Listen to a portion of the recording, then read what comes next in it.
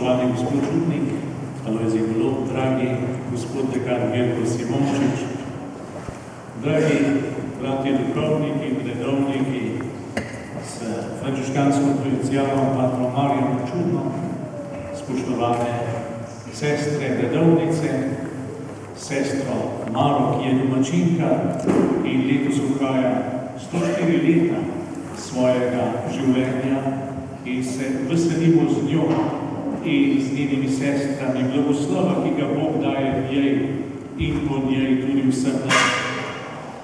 Dragi bogoslovci, dijakon Boštjan, dragi drugi bogoslužni sodelavci, pritrkovalci, pevci na horu, narodne noše in dragi vsi bratje in sestre romarji, sem k Mariji vleščeni.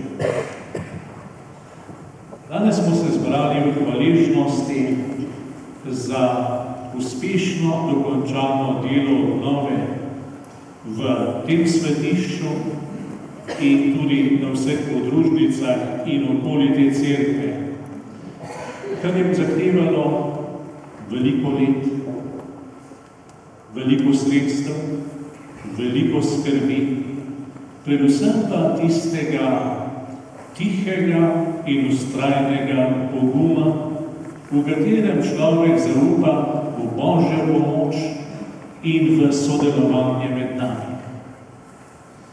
Kajti na začetku Božje poti v Dobrovi je Bog, ki vedno znova prihaja naproti človeku. V tem svetem letu usmiljenja bi se morali tega začeti bolj živo zavedati. Da nas Bog nikoli ne pušča samih, da nas Bog nikoli ne prepušča samim sebi in naši nemoči, ampak da na različne načine v vseh časih zgodovine in v vseh obdobjih posameznikovega življenja prihaja k človeku kot usmiljeni oče, kot ljubeči odrešenik, kot vztrajni navdihovalec k dobremu, kot posvečevalec našega življenja.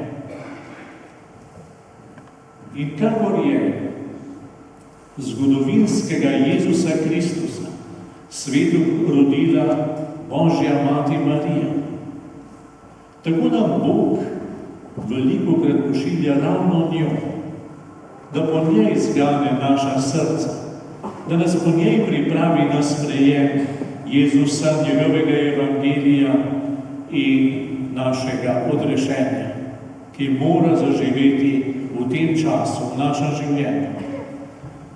In tako je Bog tudi tukaj, na Dobrovi, poslal Božjo Mater Marijo.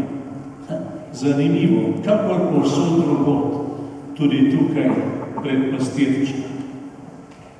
Preprostega otroka, ki pa ima v sebi lahko dovolj vere, da se mu Bog more razodeti.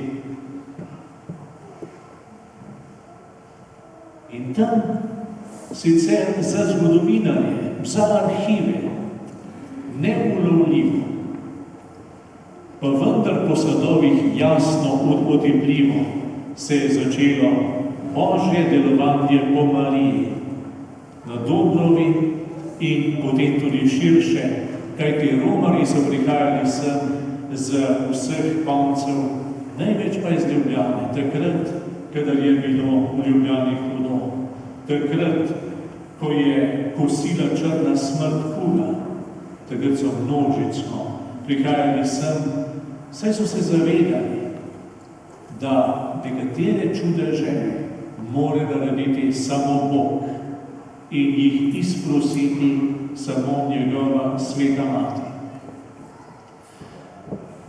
In zaradi tega, zaradi Božjega delovanja, imamo na Dobrovi tako čudovito cerkev, za katero lahko mirno rečemo, da je danes lepša, kot je bila pred 300 leti, ko so jo zgradili. Veliko lepša. O tem sem prepričan.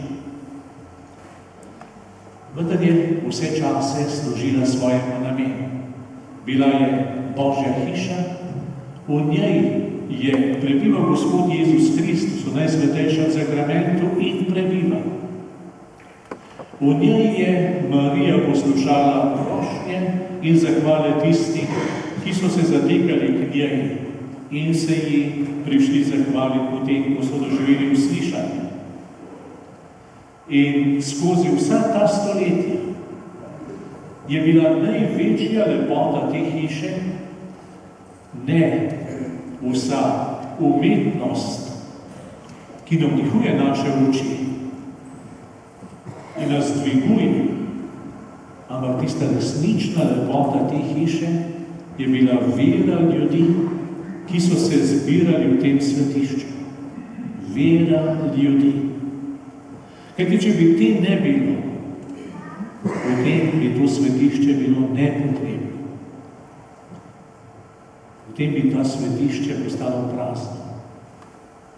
Postalo bi muzej nekega preteklega časa, vere ljudi iz nekih drugih obdobij, ne bi pa v sebi združevalo vse tisto lepoto, ki jo more dati neki cerkvi, samo ljudstvo, ki se v njej zbira z vero, ki v njej zares moli, ki v njej zaupa, ki v njej ljubi Gospoda Jezusa Kristusa in ki v njej z vso dušo slavi Boga. In zato smo tukaj. Da bi z vso dušo slavili Boga in na ta način cerkvi dajali njeno resnično lepoto.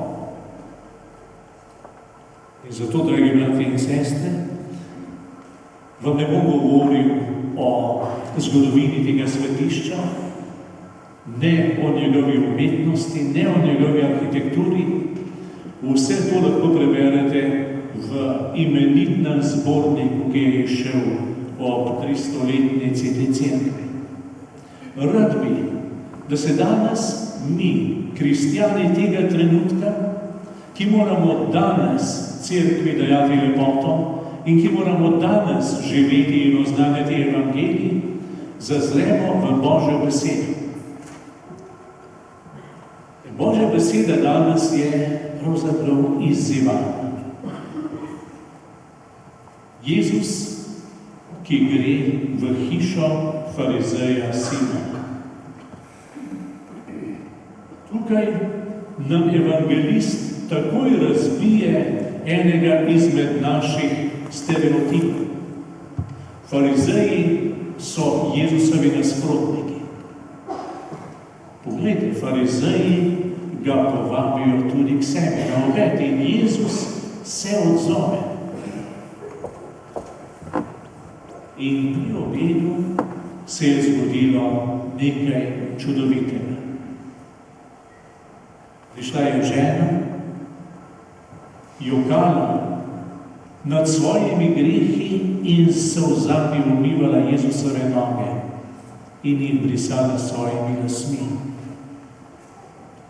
Kdo izmed nas je že jokal nad svojimi grehi? Kdo izmed nas se je tako globoko pisal svoje grešnosti, da je zaradi tega jokal? Jokal pred Bogom, jokal pred usmiljenim, odrešenim. Ne vem, vsak izmed nas sam za sebe. Ampak v tej hiši, pri tem obedu, sta bila dva pogleda. Pogled farizeja Simona. Simon je to ženo videl Bog ve kolikokrat. Bog ve kolikokrat. In hkrati je ni videl nikoli. Jezus mu pravi namreč, Simon, vidiš to ženo? In morda je Simon v tistem trenutku na to ženo prvič pogledal kot na človeka.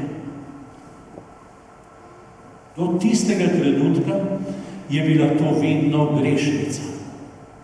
Nekdo, ki se ga moraš izogibati, če hočeš ostajati